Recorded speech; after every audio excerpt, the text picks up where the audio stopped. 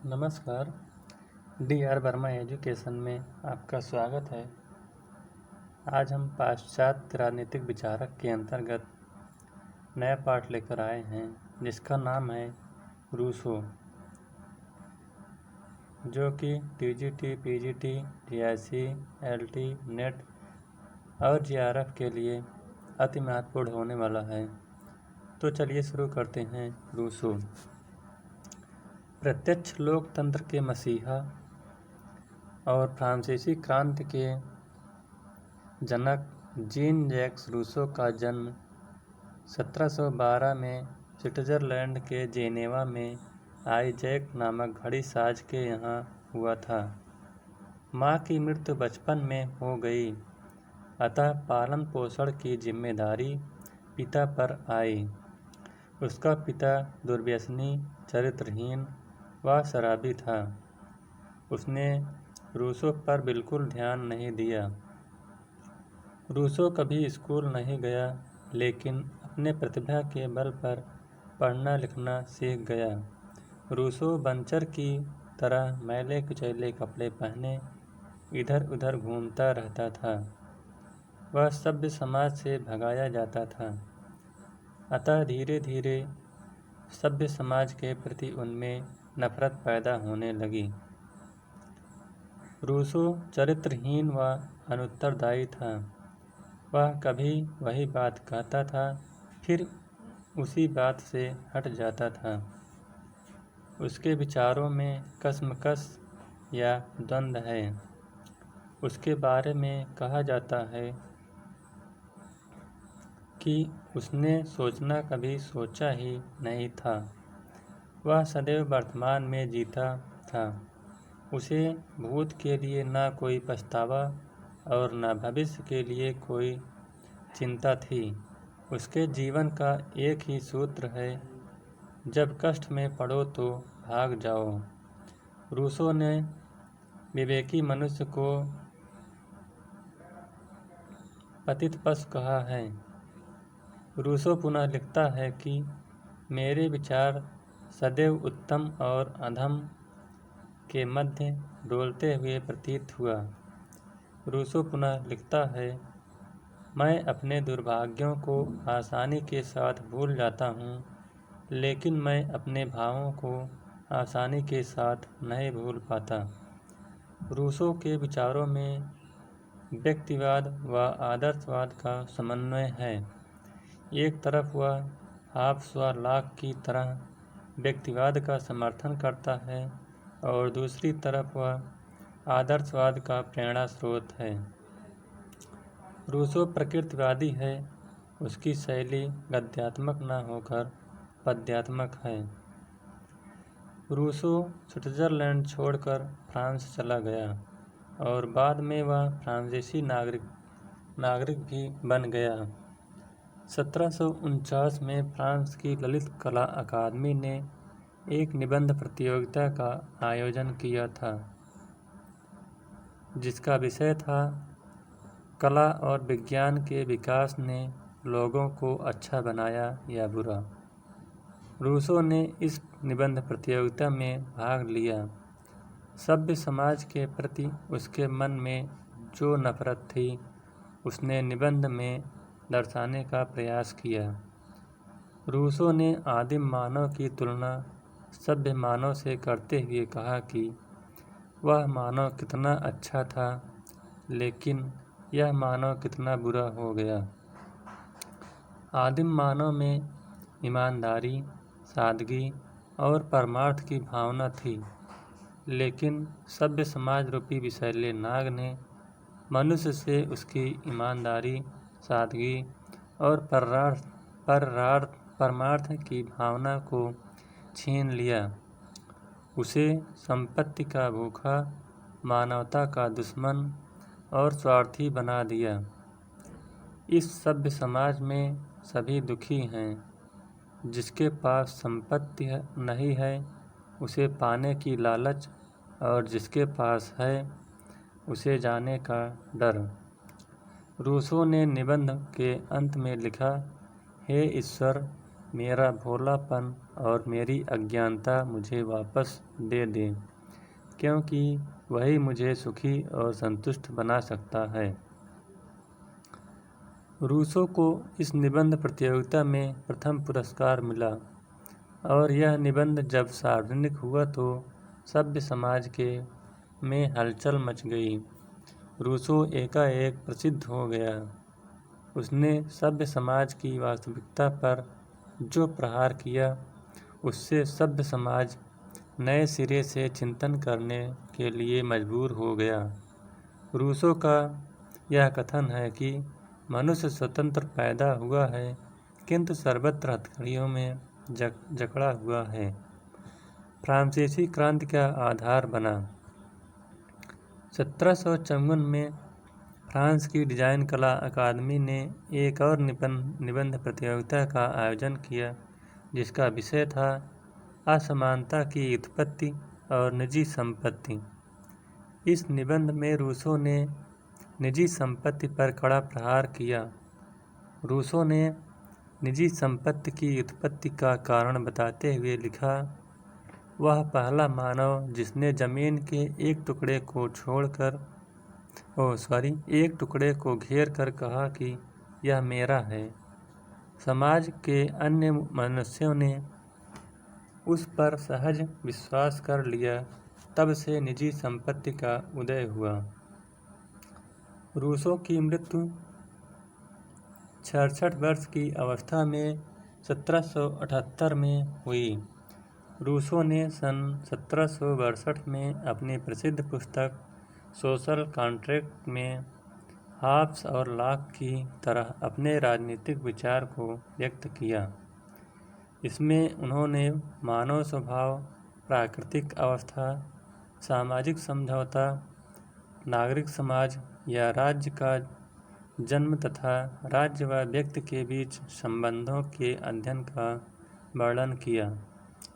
मानव स्वभाव। रूसो ने एक आदिम मानव की कल्पना किया। उसके अनुसार यह मानव काफ़ी अच्छा था। वह विवेकहीन एवं परमार्थी था। उसे उचित व अनुचित का कोई ज्ञान न था। वह नैतिकता तथा अनैतिकता से अपरिचित एक सभ्य जंगली जीव था। रूसो ने उसे आदर्श बर्बर या उदात्त बंचर की संज्ञा दिया। प्राकृतिक अवस्था। रूसो ने प्राकृतिक अवस्था का चित्रण दो रूपों में किया है। पहली अवस्था आदिम अवस्था है, जहाँ आदिम मानव रहता है।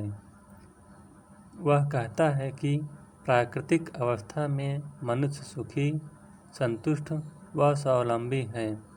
वह प्रकृति की गोद में अठखेलियाँ खेलते हुए अपने आप में मस्त है। वह विवेकहीन एवं परमार्थी है। वहाँ निजी संपत्ति का अभाव है। प्राकृतिक रूप से वह जन्म लेता है और प्राकृतिक रूप से जीवन बिताता हुआ मर जाता है। मनुष्य प्राकृतिक स्वतंत्रता व प्राकृतिक समानता का उपभोग करता है। रूसो ने इस अवस्था को उत्तम अवस्था बताया।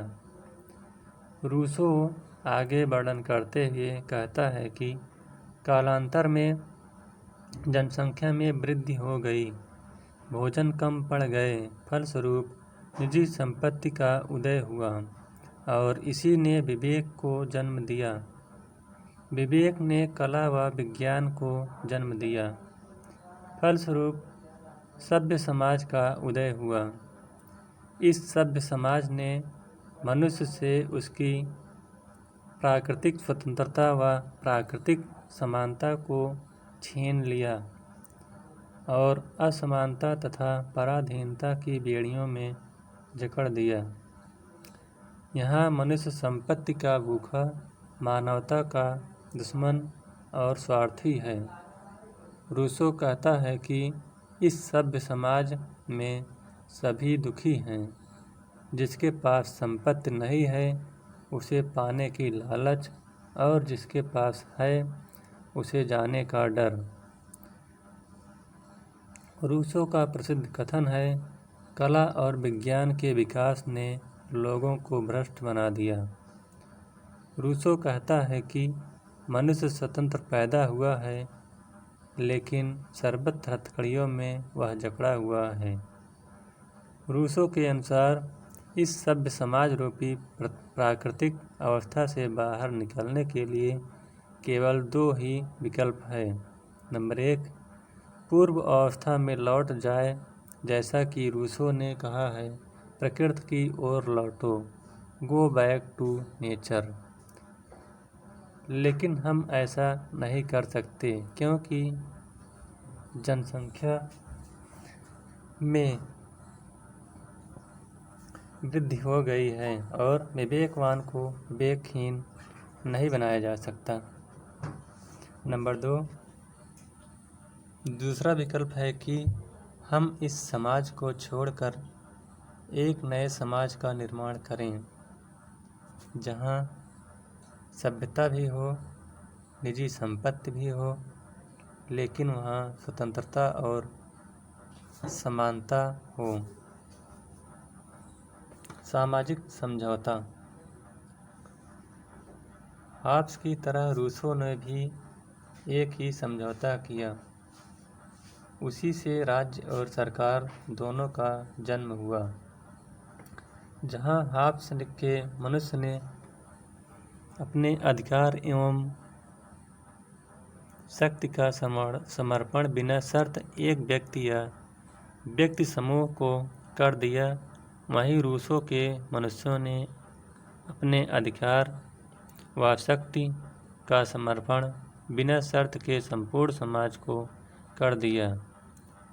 लेकिन समाज का एक हिस्सा होने के कारण वह एक अंश के रूप में उस अधिकार व शक्ति को प्राप्त भी कर लेता है। रूसो के अनुसार सामाजिक समझौते के परिणाम स्वरूप जिस शासक का जन्म होता है, उसे सामान्य इच्छा का नाम दिया गया। सामान्य इच्छा का स्वरूप। रूसो की सामान्य इच्छा में हाब्स और लॉक के विचारों का मिश्रण है। एक तरफ रूसो कहता है कि व्यक्ति अपने अधिकार और शक्तियों का समर्पण बिना शर्त संपूर्ण समाज को करता है। इस प्रकार वह सामान्य इच्छा को लेवियाथन से भी अधिक निरंकुश बना देता है। जैसा कि वाहन ने लिखा है कि सामान्य इच्छा शीर्ष रहित लेवियाथन है, वहीं वह दूसरी तरफ कहता है कि व्यक्ति समाज का एक हिस्सा होने के नाते एक अंश के रूप में उस शक्ति को प्राप्त कर लेता है, तो वह लॉक के लोकतंत्र से भी अधिक आगे निकल जाता है। क्योंकि लॉक अप्रत्यक्ष लोकतंत्र का समर्थन करता है, तो रूसो प्रत्यक्ष लोकतंत्र का समर्थन करता है। अतः स्पष्ट है कि रूसो की सामान्य इच्छा हाब्स के लेवियाथन से अधिक निरंकुश और लॉक के लोकतंत्र से अधिक लोकतांत्रिक है। रूसो सामान्य इच्छा को निम्नलिखित 2 भागों में बांटता है। नंबर 1, आदर्श इच्छा, आइडियल विल। इसे तात्विक इच्छा भी कहते हैं। इसे आंतरिक इच्छा, नैतिक इच्छा व परमार्थ की इच्छा भी कहते हैं। यह उच्च स्व पर भी आधारित है। रूसो इसी को सामान्य इच्छा मानता है। नंबर 2, यथार्थ इच्छा। इसे तात्कालिक इच्छा या बाह्य इच्छा भी कहा जाता है। यह स्वार्थ की इच्छा है। यह निम्न स्व पर आधारित है। सामान्य इच्छा न तो सर्वसम्मत की इच्छा है और न तो बहुमत की इच्छा है, बल्कि यह सामान्य हित की सामान्य चेतना है। यह परमार्थ की इच्छा का योग है। रूसो के अनुसार सामान्य इच्छा के अंतर्गत ही व्यक्ति स्वतंत्रता और समानता को प्राप्त कर सकता है। इसी के अंतर्गत निजी संपत्ति होगी। यदि कोई व्यक्ति स्वार्थ से प्रेरित होकर कार्य करेगा तो सामान्य इच्छा उस पर बल का प्रयोग करके सही दिशा में कार्य करने को प्रेरित करेगी। जैसा कि रूसो का प्रसिद्ध कथन है, मनुष्य स्वतंत्र होने के लिए बाध्य है। रूसो पुनः लिखता है कि सच्ची स्वतंत्रता अनुशासन का पालन करने में है। इस प्रकार रूसो स्वतंत्रता और अनुशासन में संबंध स्थापित करता है। हाबहाउस ने सामान्य इच्छा की आलोचना करते हुए लिखा है, सामान्य इच्छा यदि सामान्य है तो इच्छा नहीं हो सकती, और यदि इच्छा है तो सामान्य नहीं हो सकती। राज्य और व्यक्ति के बीच संबंध। रूसो का मनुष्य सागर में एक बूंद के समान है, अर्थात रूसो ने राज्य रूपी सामान्य इच्छा को संपूर्ण और व्यक्ति को एक अंश के रूप में माना, और राज्य और व्यक्ति के बीच सावयी संबंध बताकर रूसो आदर्शवाद का प्रेरणा स्रोत बन गया।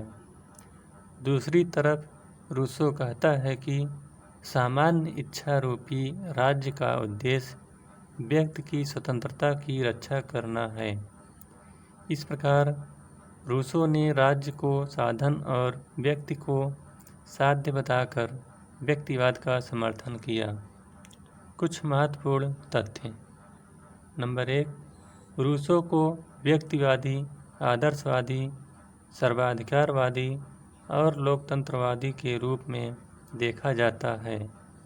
यद्यपि इसमें सर्वश्रेष्ठ विकल्प के रूप में व्यक्तिवाद को चुना जाता है। नंबर 2, रूसो का कथन है कि बुद्धि और ज्ञान का विकास और विज्ञान की प्रगति, जिसे जागरण ने सभ्यता की एकमात्र आशा किरण के रूप में माना है, उनसे अपना विरोध प्रकट करते हुए उसे सौहार्दपूर्ण और परोपकारी भावों जैसी सदिच्छा और श्रद्धा आदि का सहारा लिया। इसलिए रूसो ने नारा दिया, गो बैक टू नेचर। अगला पॉइंट है, रूसो ने अपनी पुस्तक सोशल कॉन्ट्रैक्ट में लिखा है कि स्वतंत्रता मानव का परम आंतरिक तत्व है। अगला पॉइंट है, रूसो का कथन है, मैं अपने दुर्भाग्यों को आसानी के साथ भूल जाता हूँ, लेकिन मैं अपने दोषों और उत्तम भावों को नहीं भूल सकता। अगला पॉइंट है, सेबाइन ने रूसो को भ्रमों का समूह कहा है। अगला पॉइंट, रूसो का कथन है, स्वतंत्रता का त्याग मानव अधिकारों का त्याग है, मानवता तथा उसके कर्तव्यों का परित्याग है। अगला पॉइंट, रूसो की सामान्य इच्छा ही आदर्शवाद का प्रेरणा स्रोत बनी। अगला पॉइंट, रूसो ने सामान्य इच्छा को सामान्य संकल्प या संप्रभ कहा है। तो इस प्रकार से रूसो का यह पाठ समाप्त होता हुआ। अगर यह वीडियो आपको अच्छा लगे तो वीडियो को लाइक, शेयर और चैनल को सब्सक्राइब कर लीजिएगा। और इसी तरह हमारे और भी वीडियो देखने के लिए प्लेलिस्ट में जाकर सारे वीडियो एक सीक्वेंस में आप देख सकते हैं। Thank you.